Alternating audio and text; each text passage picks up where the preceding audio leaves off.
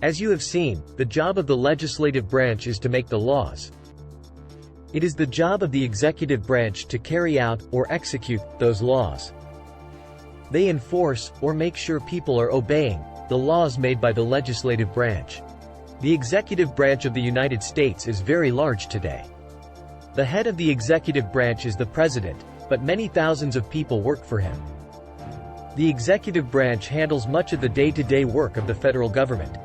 The president is the chief executive, and he is elected for a 4-year term. His second in command is called the vice president. They are both elected at the same time. The president and vice president are chosen by the Electoral College. The Electoral College is made up of men and women from the different states. Each state gets a certain number of people, or electors. That number is determined by the total number of representatives and senators a state has. When we go to the polls in a presidential election, our votes are counted and the electors take those totals and elect the president based on who the people have selected. Since the common people were poorly educated and informed in the early years of our nation, the Electoral College was originally established to keep the common people from making a mistake and electing a disastrous leader. Many people argue that voters today are better informed and should be allowed to elect the president directly. However, attempts to change the way the president is elected have failed. If there is a tie in a presidential election, or no one candidate receives a clear majority, then the House of Representatives, with each state having only one vote, elects the president. Qualifications for president. In order to be president, a person must be a natural-born citizen of the United States, not an immigrant. He or she must be at least 35 years old and have been a resident of the United States for at least 14 years. In the event that the president dies or is unfit to continue as president, there is a detailed line of succession. The vice president assumes the power of the presidency first. If he is unable, then the Speaker of the House of Representatives takes over. After him is the President pro tempore of the Senate, and then the various cabinet department heads are in line for succession in order of the establishment of the departments, beginning with the Secretary of State. The 25th Amendment outlines what is done when the president dies or is disabled. The salary of the president is set by the Congress and does not change during the president's term of office. Currently the salary is $400,000. The president and vice president are elected on the first Tuesday after the first Monday in November. They are sworn in on Inauguration Day, January 20th. Usually, the Chief Justice of the Supreme Court is the person who administers the oath of office to the president at the ceremony. The oath of office is as follows.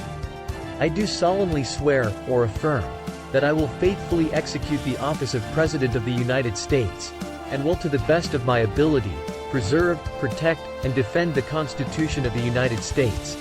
So help me God, is usually added by the presidents. The job of the president is not an easy one. The Constitution spells out many different responsibilities, powers, and duties of the president and the executive branch. The powers of the president can be put into 5 categories: Commander-in-Chief, Chief Executive, Chief of State, Chief Legislator, and Chief of Party. First, the President is the Commander-in-Chief of the United States Armed Forces. He is the #1 military person in the United States. All decisions regarding the Army, Navy, Air Force, and Marines are the responsibility of the President. He can also call the National Guard, or state militias, from the individual states into the service of the United States. Secondly, the President is the Chief Executive. To run a country the size of the United States, you need many people doing many things. It is the job of the President as Chief Executive to make sure all of his cabinet, staff, and other employees are doing their jobs correctly. The President is also the Chief of State. This responsibility was given to the President by the Constitution so that the United States would have one person in charge of all foreign relations. The President represents the United States when he travels to other countries to meet with foreign leaders. The President also greets and hosts other foreign dignitaries when they visit the United States. The President may also make treaties with other countries, but the Senate must ratify, or approve, the treaty by a 2/3 vote. Another duty of the President is that of Chief Legislator. We saw in Article 1 how the President had the power to veto laws. The Constitution gives the President the power to approve or disapprove of the laws that Congress is making. He can also suggest that certain laws be made by working with his supporters in the House or the Senate. Finally, the president is also the chief of party. When he is elected president, he becomes the head of his political party, Republican or Democratic. He makes decisions regarding the makeup of his individual political party. The Constitution also defines the way to remove officials from office when they have broken the law or misused their power. This process is called impeachment. To be removed from office by impeachment, a person must be found guilty of treason, bribery, or other high crimes and misdemeanors. By high crimes and misdemeanors, the Founding Fathers meant more serious crimes than a traffic ticket. In order for the impeachment process to begin, the House of Representatives must believe that an official has committed one of the above-mentioned offenses. The House will then come up with a list of charges against the official. The next step of the process continues in the Senate. The senators act as the jury and hear both sides of the case against the accused official. When it is the president being tried, the Chief Justice of the Supreme Court acts as the judge. Two-thirds of the Senate must agree in order for the official to be convicted of the charges and removed from office. In all of United States history, no president has ever been removed from office by impeachment. 3 presidents, however, have gone through part or all of the impeachment process. In 1867, President Andrew Johnson was charged with several offenses, and the House voted to impeach him.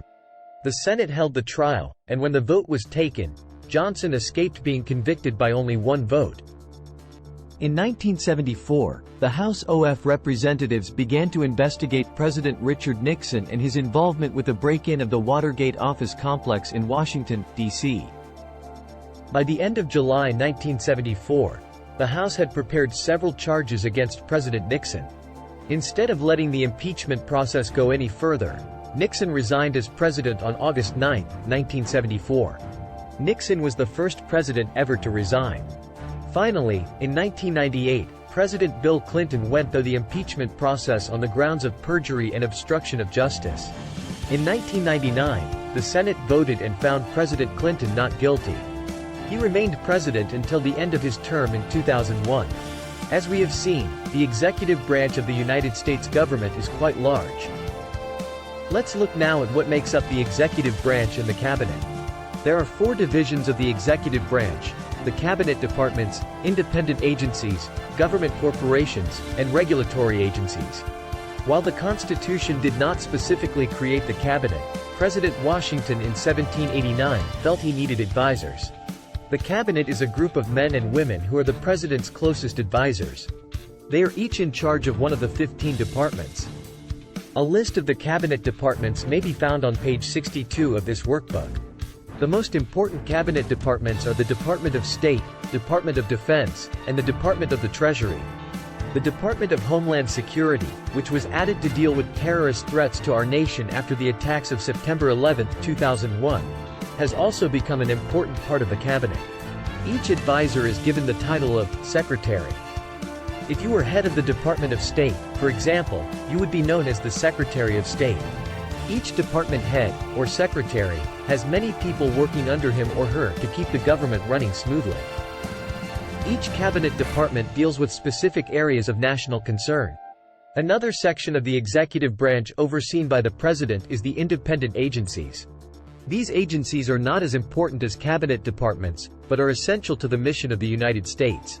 One example of an independent agency is the National Aeronautics and Space Administration, NASA. A third category is known as government corporations. These are businesses run by the United States government in order to provide specific services to the people. The United States Postal Service is a government corporation. Another example is the Federal Deposit Insurance Corporation, FDIC, which insures the money that is deposited in banks. The final division of the executive branch is the regulatory commissions. These groups make sure that the rules set for certain large industries are being followed and that the safety of the public is not in jeopardy. Examples are the Federal Communications Commission, FCC, which licenses radio and television stations, and the Federal Aviation Administration, FAA, which makes sure airports, aircraft, and pilots are safe. As you can see, the president has a great deal of responsibility and a large number of people to oversee to ensure that the government is functioning properly.